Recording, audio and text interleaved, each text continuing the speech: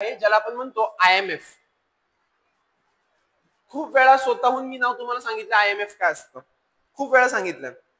But basically IMF ची स्थापना किंवा IMF ची सुरुवात का झाली हा प्रश्न तुम्हाला सर्वात महत्त्वाचा पडला पाहिजे. तुम्हाला माहिती वर्ल्ड वॉर झाले, वर्ल्ड वॉर 1 झाला, वर्ल्ड वॉर 2 झाला, ही हिस्ट्री आहे. ओके, वॉर झाला आणि वॉर मध्ये सर्वात चुकीची गोष्ट घडते जी की लोक मरतात आणि सगळीकडं जे पीसफुल वातावरण असतं ते संपतं. मग त्यावेळेसपासून बघा वॉर नंतरनं युनायटेड नेशनची स्थापना झाली, बरोबर. तर युनायटेड नेशनची स्थापना का झाली बघा, वॉर नंतरनं युनायटेड नेशनची स्थापना यासाठी झाली की युरोपमधले सगळ्या कंट्रीज यांनी पीसफुली राहिलं पाहिजे, त्याच्यासाठी युनायटेड नेशनची स्थापना झाली. त्या युनायटेड नेशन जे आहे ती एक इंटरनॅशनल बॉडी बाळांनो. त्याचं काम काय आहे की बाबा जे काही युरोप मधल्या कंट्रीज आहेत त्यांच्यामध्ये परत भांडणं नको, सगळ्यांनी पीसफुल राहण्यासाठी या बॉडीची स्थापना झाली आणि हे बॉडी ते करतं युनायटेड नेशन, समजतंय.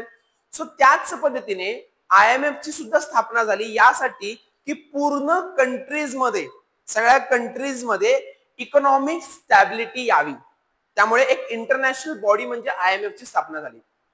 इकॉनॉमिक स्टेबिलिटी म्हणजे काय की कोणताही देश ज्याच्यामध्ये डेव्हलपमेंट नाहीये किंवा ग्रोथ नाहीये त्या देशाला आपण इकॉनॉमिक ग्रोथ करून देऊ शकतो किंवा त्याला आपण हेल्प करू शकतो. बघा IMF म्हणजे काय की अशा कंट्रीजला लोन देते जसे की ती कंट्री खूप गरीब आहे किंवा त्या कंट्रीला पैशाची गरज आहे, अशा कंट्रीजला IMF लोन देते. का? कारण त्यांच्या इकडची इकॉनॉमिक कंडिशन सुधारावी. IMF हा एकदम शेवटचा सोर्स ऑफ मनी आहे.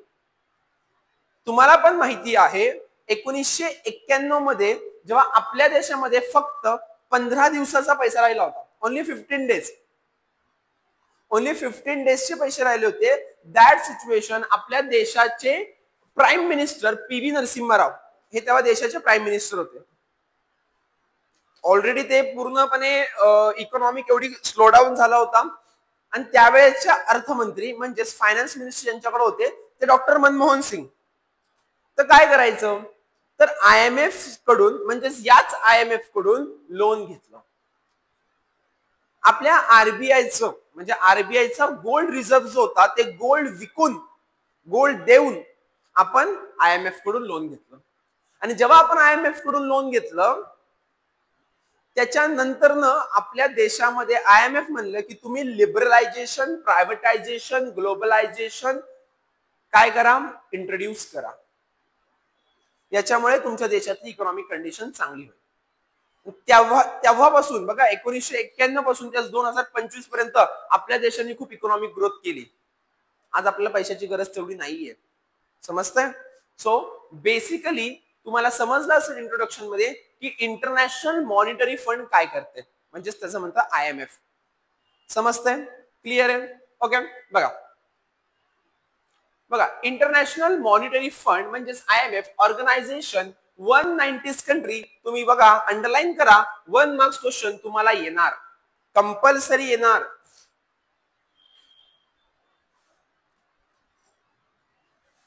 IMF मध्ये किती कंट्रीज आहेत? 190 कंट्री आहे. Highlight 190 country. 1 marks question. Working to the foster global monetary cooperation, secure the financial stability. Secure the financial stability. Financial stability येण्यासाठी IMF ची स्थापना झाली. Facilitate international trade, promote the high employment, sustainable economic growth, and reduce the poverty around the world. पूर्ण देशामध्ये poverty कमी होण्यासाठी IMF ची स्थापना झाली. म्हणजे पॉवर्टी कमी झाली पाहिजे. म्हणजे पॉवर्टी बघा आता तुम्ही तर बघा युरोपियन कंट्रीज आहेत खूप साऱ्या श्रीमंत आहेत, जर्मनी, त्याच्यानंतर USA, UK वगैरे हे सगळे श्रीमंत कंट्रीज आहेत, बरोबर.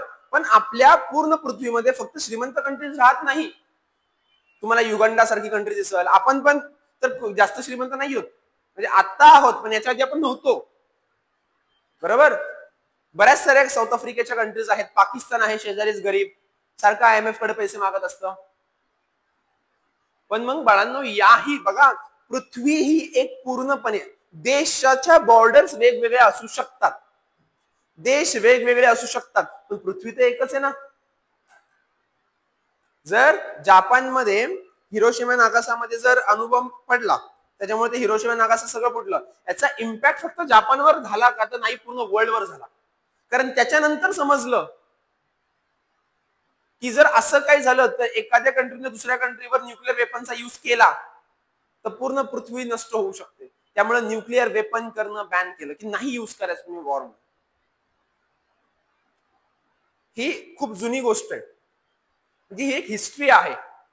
हिटलर आला, हिटलरने पूर्ण वॉर केला, वर्ल्ड वॉर केला, त्याच्यामुळे समजलं युरोपियन कंट्रीजला की वॉर जर झाला तर पूर्ण आपण 30 ते 40 वर्ष मागे जातो आणि आपल्या देशामध्ये द ग्रेट डिप्रेशन येऊ शकतं. वॉर नंतर आलं, किती इकॉनॉमिक स्लोडाऊन झाला. जेव्हा जेव्हा वॉर झाले ना, जेव्हा जेव्हा आपल्या देशात वॉर झाले, त्याच्यानंतर देशाची इकॉनॉमिक स्टेबिलिटी ही पूर्णपणे गेली होती. मग तुम्ही इंडियाचं एक्झाम्पल घेऊ शकता. 1991 मध्ये तुम्ही म्हणला ना की किती सर मोठं आपल्यावर एक पैसेच नव्हते, 15 दिवसाचे पैसे होते. याचं महत्वाचं रिझन पण तुम्हाला जर माहित असेल तर किती वॉर झाले 1947 पासून ते 1991 पर्यंत. इंडो चायना वॉर, इंडो पाक वॉर, ते पण दोनदा झाला. समजतंय? आपल्याच देशामध्ये दंगली झाल्या. याच्यामुळे होतं काय की वॉर तुम्हाला कोणत्याही प्रकारचा रिवॉर्ड देत नाही. आता सुद्धा रशिया आणि युक्रेनचा वॉर चालू आहेच, तर का म्हणजे तो चालूच आहे, कित्येक 2-3 वर्ष झाले रशिया युक्रेन वॉर चालू आहे. याच्यामध्ये युक्रेन पण माघार नाही घेते, खूप छान पद्धतीने ते पण स्वतःला डिफेन्स करतात आणि ते रशिया सुद्धा अडून राहिले. पण याच्यामध्ये होत आहे काय, तर फक्त युक्रेनला नुकसान होतं, रशियाला पण खूप मोठं नुकसान झालंय. शेवटी वॉर साठी आर्मी लागते, आर्मीला पैसा लागतो. समजतं? सो बघा, नेक्स्ट पॉइंट तोच आहे. IMF was establish, 1 marks question, very important, लक्षात ठेवायचा. 1944 1944 मध्ये IMF ची इस्टॅब्लिशमेंट झाली. स्टिकी नोट्स ह्या तुमच्या, आम्ही तर आणल्याच नाहीत, आम्ही तर हायलायटर पण नाही आणला. हा ना वैभव? हा,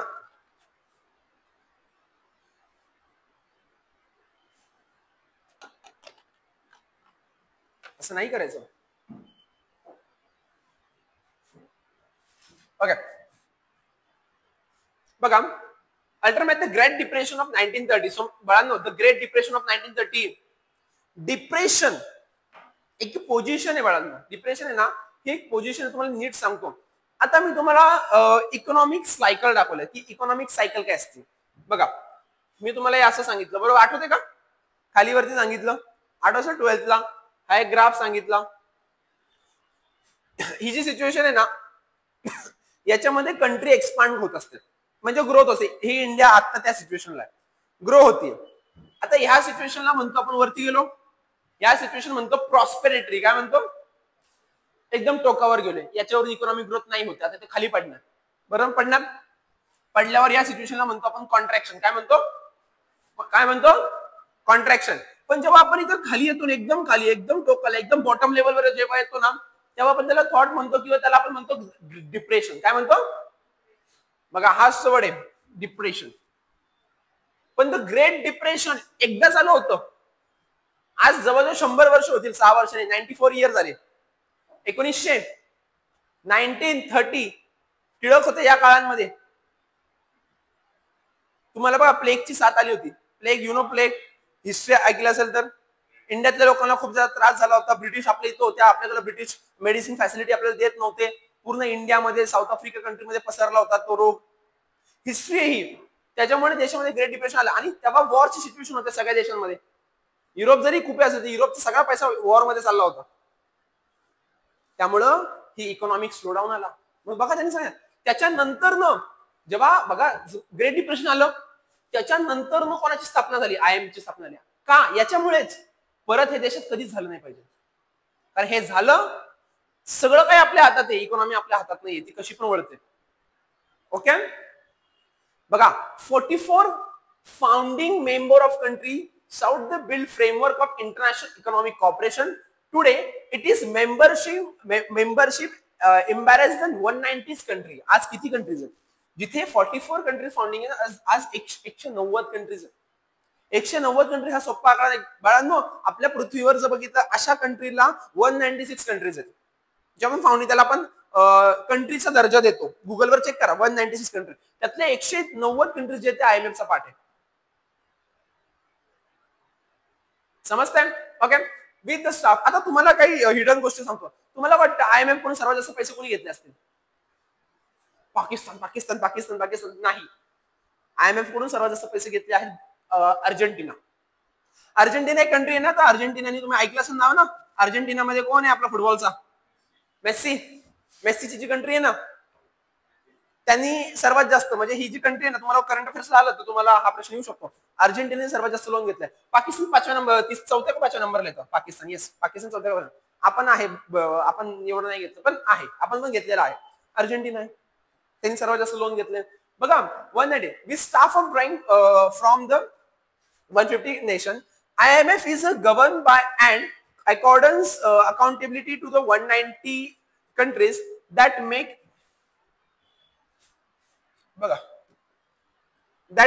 the near global membership. IMF primary purpose to ensure stability of international monetary system. Stability of international monetary system. The system is exchange rate. System is exchange rate international payment that enable to country to transact each other. Found the mandate was updated 2012. Include the all microeconomic and financial sector issue that the bear global stability. Global stability महत्वाचा word आहे. Global stability, एक global लेवलवर stability येणं गरजेचं.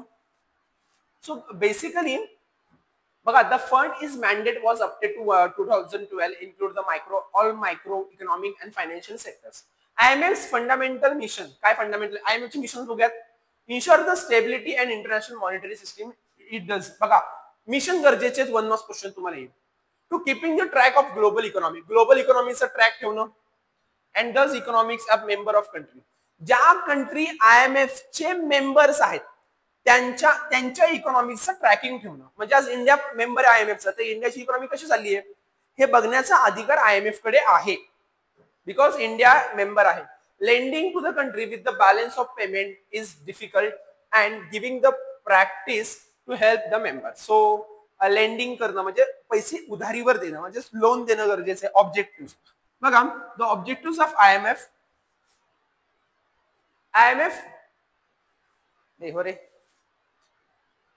IMF was developed of initiative to promote international monetary cooperation. Okay, so हे basically बघा, there are बघा हे महत्वाचं आहे. 1 marks question. There were 29 countries with the goal of redoing the global payment system today. The organization has 190 country. The main objective of International Monetary Fund are under. बघा, main objective गरजेचे आहेत. हे 4 ते 5 objective गरजेचे, याला underline करून ठेवायची. बघा, to improve and promote of global monetary operation cooperation of the world. Improve करायचंय, प्रमोट करायचंय, काय करायचंय तर global monetary cooperation. To secure financial stability by eliminating the minimize the exchange rate stability. एकदम बरोबर आहे. Exchange rate stability. बघा बाळांनो, एक कंट्री होती बर्मुंडा का काहीतरी कंट्री, साऊथ आफ्रिकेची काहीतरी कंट्री आहे. एक असा इन्सिडेंट झाला होता. एक्सचेंज रेट स्टेबिलिटीचे अर्थ गरजेचा आहे. आज म्हणलो आपण $1 is equal to 85 above rupees आहे, बरोबर ना रे? समथिंग काय असं आहे, तो चेंज होत राहतो. हे वाढतच चाललंय. तर हे खतरा आहे. आता ठीक आहे, नॉर्मल आहे, आणि हे झालं पण, ह्याचा फायदा पण असतो आणि नुकसान पण असतं. दोन्ही पण तुम्हाला सांगणार आहे. एक्सचेंज रेट जास्त असेल, आपल्या करन्सीची व्हॅल्यू कमी असेल, त्याला आपला फायदा पण आहे आणि नुकसान सुद्धा आहे. दोन्ही पण गोष्टी आहेत. आता बघूयात, हा जो एक्सचेंज रेट आहे समजून घ्या. हा एक्सचेंज रेट जास्त हाताच्या बाहेर नाही गेला पाहिजे की खूपच झाला. $1 इज इक्वल टू 200 रुपये. बघा, हे सुद्धा काम आहे सिक्युअर करायचं, की स्टेबिलिटी द्यायची, की एक्सचेंज रेट तुमचा चांगला राहील. आता ग्लोबल करन्सी तुम्ही बघितलं तर डॉलर आहे, त्यानंतर आहे पाऊंड आहे आणि यान आहे. हे ग्लोबल करन्सी आहेत, तिथे मॅक्झिमम ट्रेड केला जातो, पण डॉलरच मॅक्झिमम ट्रेड डॉलरने केला जातो. त्यामुळे एक्सचेंज रेट हा स्टेबल राहिला पाहिजे, याच्यासाठी सुद्धा IMF हेल्प करत असते. To facilitate the balance of international trade. So facilitate the balance of trade. You know balance of trade? Balance of trade. तुम्हाला सांगितलं बॅलन्स ऑफ ट्रेड जिथे export and export greater than import. The balance of trade कसा आहे तुमचा surplus आहे बरोबर ना. Balance of trade कसा आहे तुमचा सरप्लस मध्ये आहे. पुढे to promote the high employment through the economic assistant sustainable economic growth. Okay महत्वाचं आहे to promote high employment through economic assistant and sustainable economic growth. The point is a sustainable economic growth. Sustainable म्हणजे काय economic growth जे ना तुमची पण growth जी पहिला sustain पाहिजे अशी पाहिजे. नाही ती खाली वरती चाललंय. सस्टेन म्हणजे ती ग्रोथ केलीच पाहिजे त्याला सस्टेनेबल इकॉनॉमिक ग्रोथ म्हणतो. Okay reduce the poverty around the world. तुम्हाला काय सांगू आता इंडियात तर पॉवर्टी आहेच पण पूर्ण वर्ल्ड मध्ये पॉवर्टी आहे का तर खूप आहे बाळांनो. पूर्ण वर्ल्ड मध्ये पॉवर्टीचं तुम्ही म्हणाल ते पीक लेवलवर आहे. तुम्ही अशा काही कंट्रीज आहेत बाळांनो तिथे माणसं डेली भूकमरीने मरतात आहे. किती कंट्रीज आहेत अशा. साऊथ आफ्रिकेचे काही कंट्रीज आहेत खूप साऱ्या नॉर्थ कंट्रीज आहेत जिथे आहेत ह्या सगळ्या सिच्युएशन आहेत. आणि त्याच्यामध्ये आपण बघतो की आता मध्ये एक मी युट्यूबला व्हिडिओ पाहिली त्याच्यामध्ये साऊथ आफ्रिकेचे ना काही कंट्रीज आहेत ज्याच्यामध्ये जिथे त्यांना खूप चांगल्या पद्धतीने ना समुद्र किनारा लाभलाय. Okay pirates you know pirates जे हमला करतात जहाजेवर वगैरे वगैरे नाही का. तर मी जस्ट काही गोष्टी सांगतो की होता काय की त्या कंट्रीजकडे लक्ष जात नाही कारण त्यांची इकॉनॉमी. कारण बघा कसं होतं इंडियाचं तुम्ही एक्झाम्पल घेतलं 1947 मध्ये 1947 पर्यंत ब्रिटिशांनी राज केला आपल्यावर. आपण गरीब होतो आणि आजही आहे त्यांच्यापेक्षा गरीब बरोबर की नाही. पण आपल्याकडे जे रिसोर्सेस होते त्यांचा यूज कुणी केला तर ब्रिटिशांनी केला. मग सगळे रिसोर्सेस तुम्ही कित्येक रिसोर्सेस घ्या ज्याचा जास्तीत जास्त यूज ब्रिटिशांनी केला. कित्येक सारं सोनं आपल्याकडे होतं ते ब्रिटिश घेऊन गेले. त्याच्यावर आपला अधिकार होता. असंच झालं बाकीच्या कंट्री सोबत आणि ते कधीच बाहेर नाही गेले. मग ते कधीच त्यांना डेव्हलपमेंट त्यांची झाली नाही. साऊथ आफ्रिका आणि आपल्याला हे दोघांना पण बाळांनो आपण त्या खूप स्ट्रगलिंग पिरियड मध्ये होतो. तिथे जसे इथे महात्मा गांधीजी होते ना तिकडे नेल्सन मंडेला होते. त्यांनी त्यांच्या फ्रीडमसाठी कष्ट केले होते. म्हणजे आज साऊथ आफ्रिकेचे काही कंट्रीज अजून पण त्या लेवलला आहेत एकदम खालच्या लेवलला आहेत. तिथे आजही बेसिक गुड्स घेण्यासाठी स्ट्रगल करावं लागतं. ओके सो ह्याच आहे फायनान्शियल असिस्टंट बाय IMF ही माहिती आहे. ओके इंटरनॅशनल आता लेसन नंबर 1 सुरू झाला. मी याच्या आधी काय बघितलं ठीक टेक्स्टबुक बघा रे एकदा जरा. आता काय घेतलं आपण हे सगळं घेतलं ना लय बारीक बारीक रे.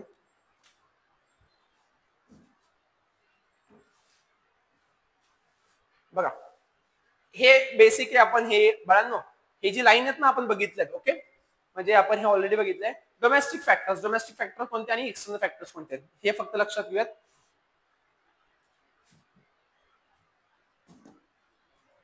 ओके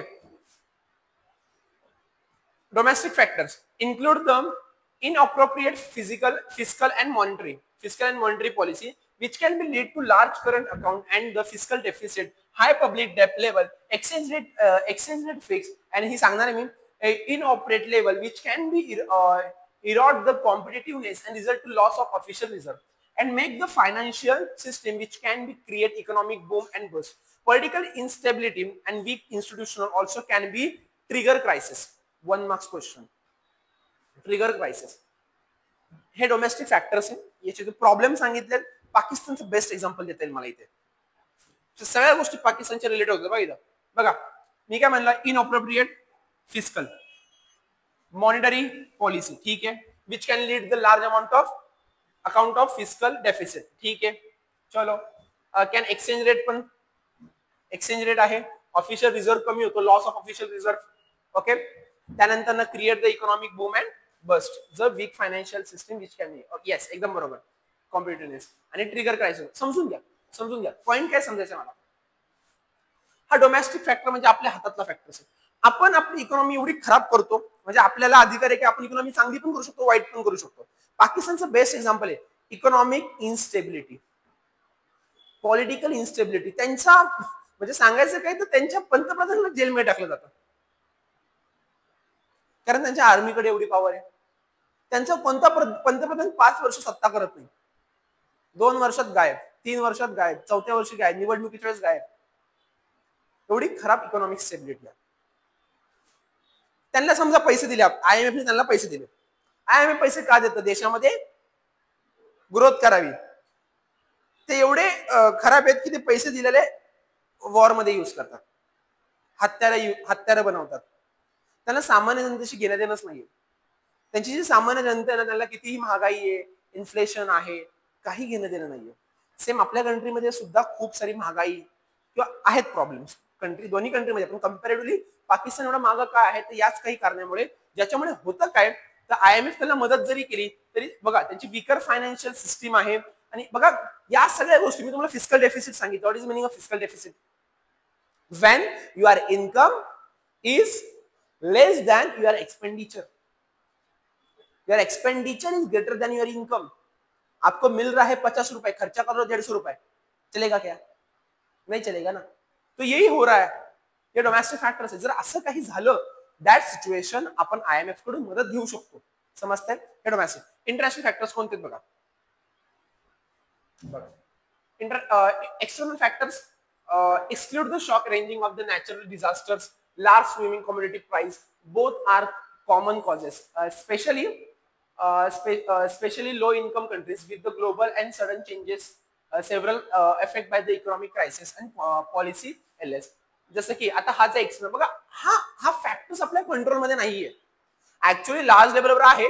बट जर असं विचार करा की सर कोविड याने कुठं आपल्या हातात होतं, राईट? कोविड-19 हा आपल्या हातात होतं का? नव्हतं ना. बट बाळांनो, एक सांगायचं झालं तर नॅचरल डिझास्टर्स आहेत ना, हे नॅचरल डिझास्टर. कोविड-19 एक्झाम्पल दिलं. तुम्ही मला सांगा, आता कोविड-19 जे श्रीमंत कंट्रीज होते ते सर्व्हाइव्ह करू शकले, म्हणजे गरीब होते त्यांचं काय? तुम्ही जर आपण कोविड-19 आठवा, आपल्याकडं सिलेंडर गॅस नव्हते, जे ऑक्सिजन गॅस असतात की ते नव्हतं.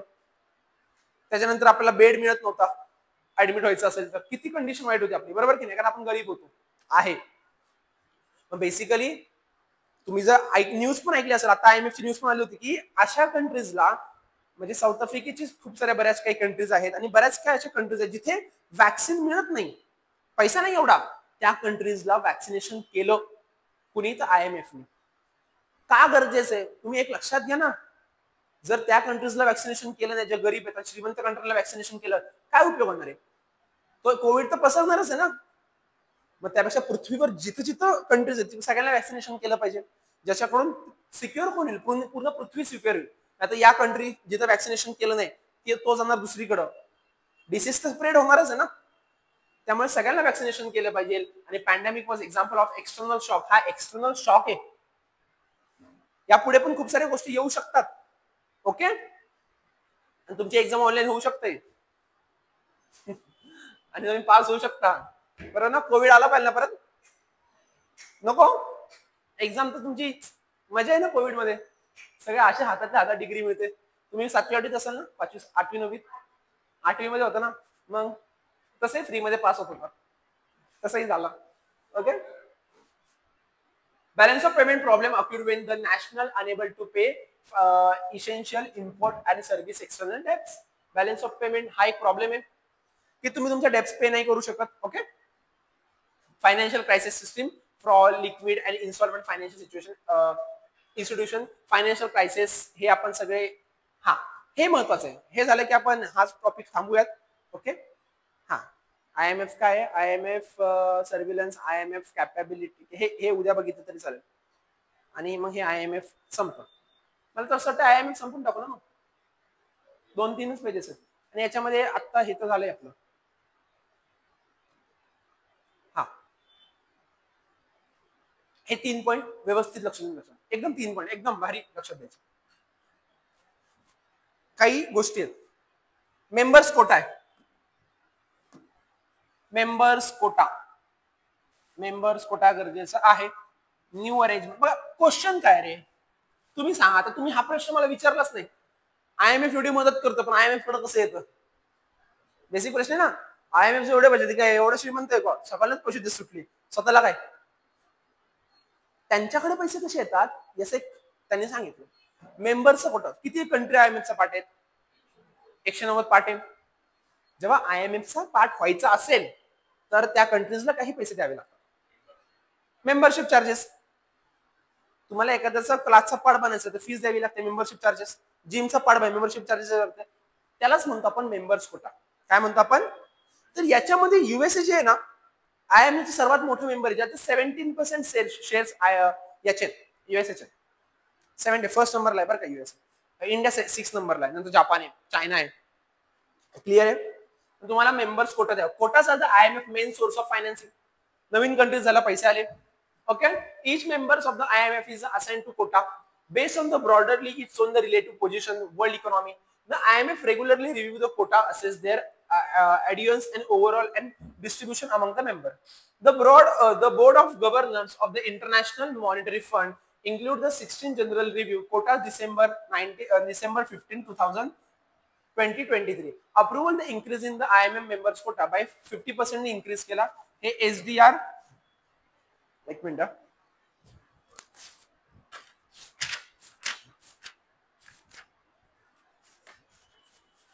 SDR म्हणजे काय? माझा स्पेशल ड्रॉइंग राईट्स आहे, घेऊन घ्या. Special drawing rights.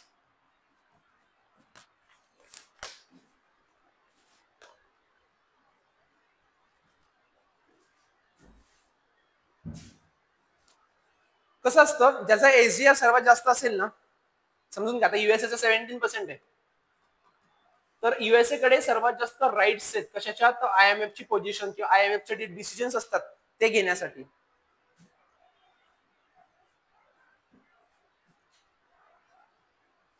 $1 million which has been the quotas of SDR जवळजवळ 715.7 billion USA dollar, 196 billion. New arrangement of borrowers. New arrangement of borrowers. The new arrangement of arrangement to the borrower NBF.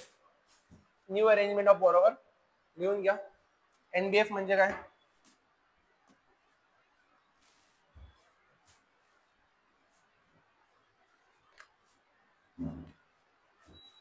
Okay, constitution to the second line of defense through the NBF.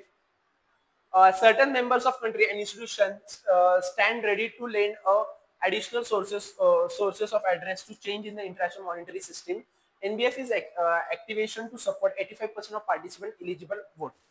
आता अजून एक फायनान्सचा source आहे की कोणाला पैसे पाहिजे तर त्याला पैसे देणार, पण काय फुकट देणार आहे का? तो लोन देणार आहे ना, लोनवर काय मिळतो तुम्हाला?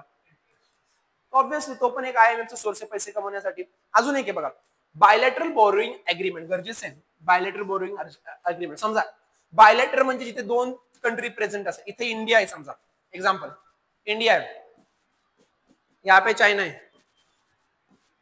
यांच्यामध्ये काय अग्रीमेंट झालं? काय झालं? असं ट्रेड करायचं अग्रीमेंट झालं.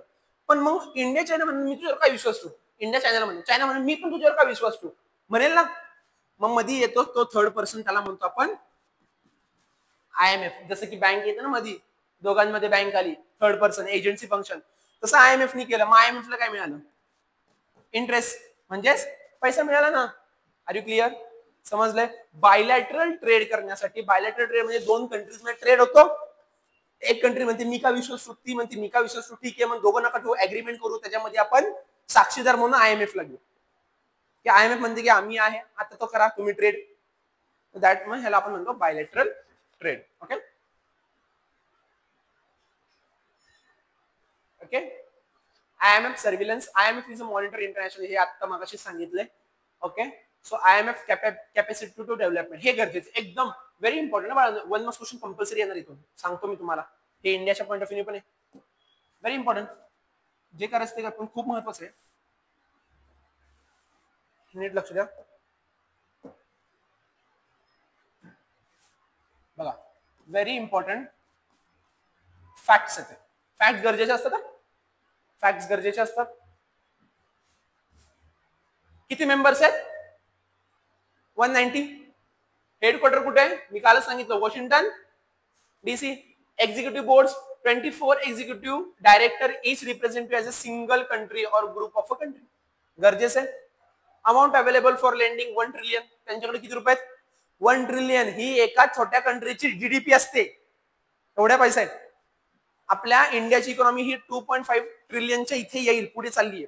3 ट्रिलियन होईल, 5 ट्रिलियन.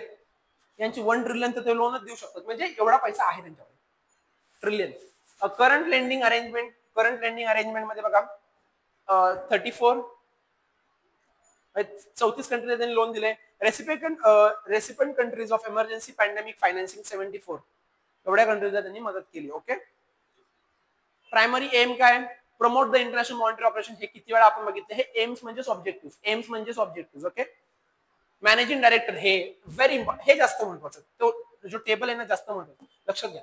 मॅनेजिंग डायरेक्टर कोण आहे? Managing director Kristalina Georgieva. लय अवघड आहे रे. क्रिस्टालियन जॉर्जिवा. जीवा चांगलं आहे फक्त. हा, गीता चांगले. Geeta Gopinath, first deputy, actually ही इंडियन वाटते मला, first deputy managing director Geeta Gopinath. Deputy managing director हा काय वाचू याला मी? अँटोनिक साहे व्हॉट अँटोनिट साहे ठीक आहे. साहे. ओके. हे पण लक्षात ठेवायचं बरं का तुम्हाला. काय पण ठेवा, वाटलंच तर याला कोणी काय पण बोला, पण ते तुम्हाला स्पेलिंग नाही कर विचारणार तुम्हाला, हे स्पेलिंग लिहा. बट तुम्हाला लक्षात ठेवायचं, फर्स्ट डेप्युटी मॅनेजिंग डायरेक्टर हे सोपं आहे. गीता गोपीनाथ आपल्याला प्रोनाउन्सिएशन सोपं आहे. Managing director Kristalina Georgieva. Antoinette वाचा काय पण, फक्त स्पेलिंग लक्षात ठेवा. ओके. पुढे पण आहे ना. Okay. Deputy managing director Kenji Okamura. हा जापनीज दिसतोय मला. Kenji Okamura. Deputy managing director अयो काय वाचू, बुली. हा, आता आपण वाचू शकतो. नाही, बुली. ए बाळांनो, जास्त अंडरलाईन करता, लक्षात ठेवायचे आपल्याला. 1 मार्क्स क्वेश्चन्स आहेत. ओके. इंडियन ॲट ग्लान्स बघा. 2024 प्रोजेक्ट रिअल जीडीपी पर्सेंटेज 6% आपला जीडीपी होता. Projected to real GDP 6.5%. Date of membership कधी झालं आपण? मेंबरशिप डिसेंबर 27 1945 मध्ये. Article of countries report December 18 2023. Special drawing rights कधी घेतले? बघा आपले स्पेशल ड्रॉइंग राईट्स आपण ऍक्च्युअल मध्ये कोटामध्ये 7 नंबरला आहे. ओके. एवढे मिलियन्स आहेत स्पेशल ड्रॉइंग राईट्स मध्ये, आणि कोटा एसजीआर मध्ये आपण एवढे मिलियन IMF ला पैसे दिलेले आहेत. आता वर्ल्ड बँक आपण उद्या बघूयात. ओके. हे झालं तुमचं IMF. सो बेसिकली होमवर्क असा आहे, जर तुम्ही केला नाही तर बघा, होमवर्क तुमचा असा आहे, इथं बघा मी लिहितो.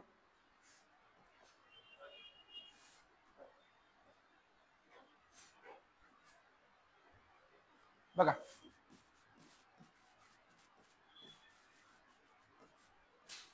होमवर्क नीट लक्ष द्यायचं.